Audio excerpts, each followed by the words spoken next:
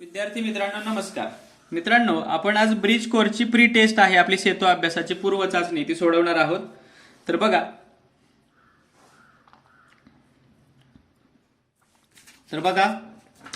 काय दिलेलं आहे आपल्याला.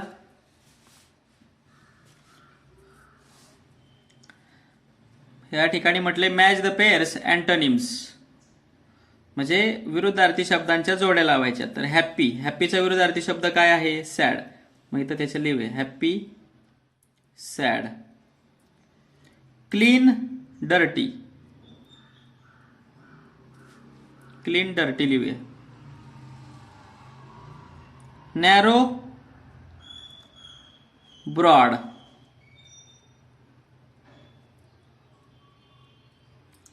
Tall short. आता पुढे बघा, choose the correct synonyms to the given words. मग दिलेल्या शब्दासाठी योग्य समानार्थी शब्द आपल्याला शोधायचे. क्राय साठी समानार्थी शब्द आहे वीप, मी त्याला यायचं वीप. बोल्ड म्हणजे धाडसी, धीट, brave. Angry, annoyed. Shut, close. पुढचा, use the given words to complete the sentence. आपल्याला वर्ड दिलेत milk, tiger, pen, kitchen. My mother's cooks in the kitchen. I write with my pen. डॅडॅश is our national animal. Tiger is our national animal.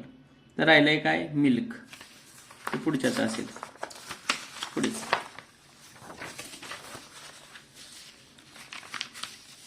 We must drink dash to be strong. Milk. पुढे, who teaches you? English teacher. English subject. English कोण शिकवतं त्या टीचरचं नाव लिहायचे. समजा इथं तो नाव असेल मिसेस साने.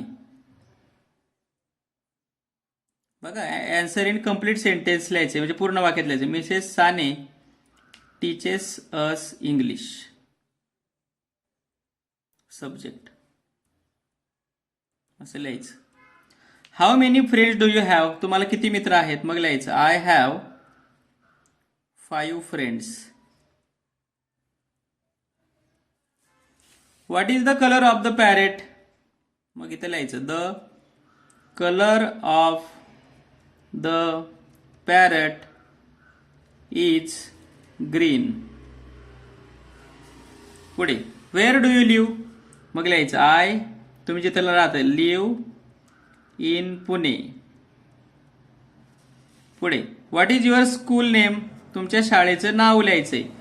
मग लिहायचंय my school name is Nutan Vidyalaya. काय असेल शाळेचं नाव तुमच्या लिहायचं. पुढे, write the rhyming words for. Rhyming word लिहायचे. Monkey, donkey. Way, day. Sea, bee. Goat, boat. झाली. पुढे, write the following numbers in figures. अंकात लिहायचे 44, 39, 85. झालं. पुढे,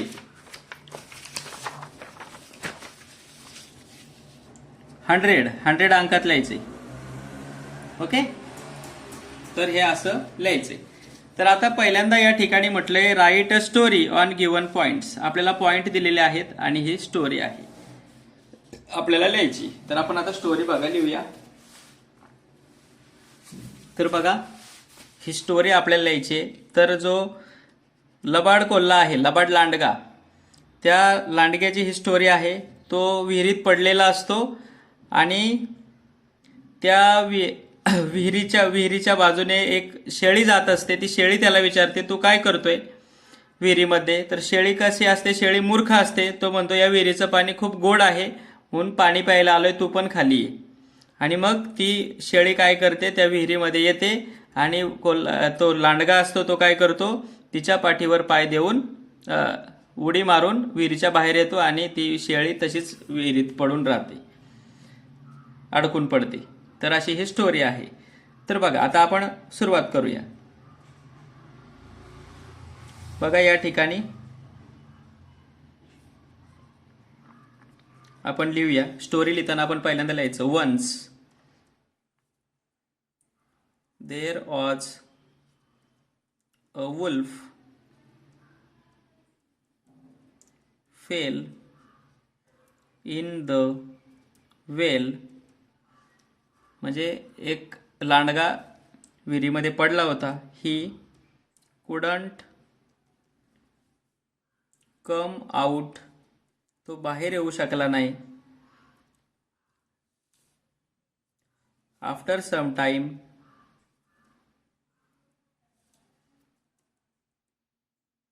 अ गोट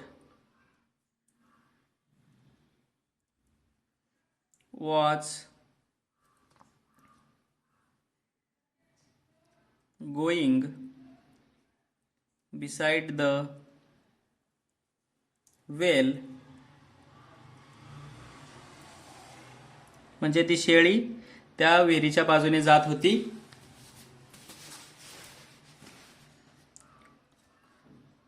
गोट saw the wolf and asked. तिने काय विचारलं? What are you doing there? तू तिथं काय करतोयस? What are you doing there? मग तो कोल्हा काय म्हणला? The clever wolf told the goat that he was drinking the sweet water there. हीच लाईन आपण इथे लिहू शकतो. The clever wolf told the goat. The clever wolf told the goat that he was drinking the sweet water there. तिथं तो sweet water पित होता असं म्हटलेलं आहे. मग काय झालं? द गोट वॉज सिली. गोट मूर्ख होती. हो का इथे दिले द गोट वॉज सिली, आहे की नाही? मग तिने काय केलं? गोट जम्प्ड इनटू द वेल. गोटने सुद्धा काय केली? विहिरीमध्ये उडी घेतली. गोट जम्प्ड इनटू द वेल. पुढे काय झालं?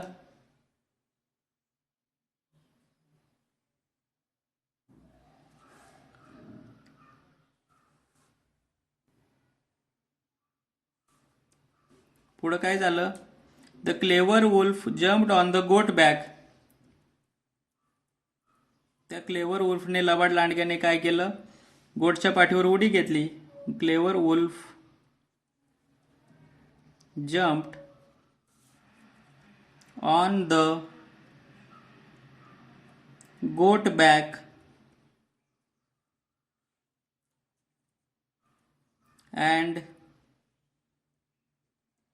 got out of the well. है की नाही? आणि मग काय राहिलं शेवटी? ती मूर्ख शेळी कुठं राहिली? विहिरीतच राहिली. मग लिहायचं द सिली गोट लेफ्ट इन द वेल. तर अशी होती ही स्टोरी. स्क्रीनशॉट काढून ठेवा आणि लिहून काढा. थँक्यू.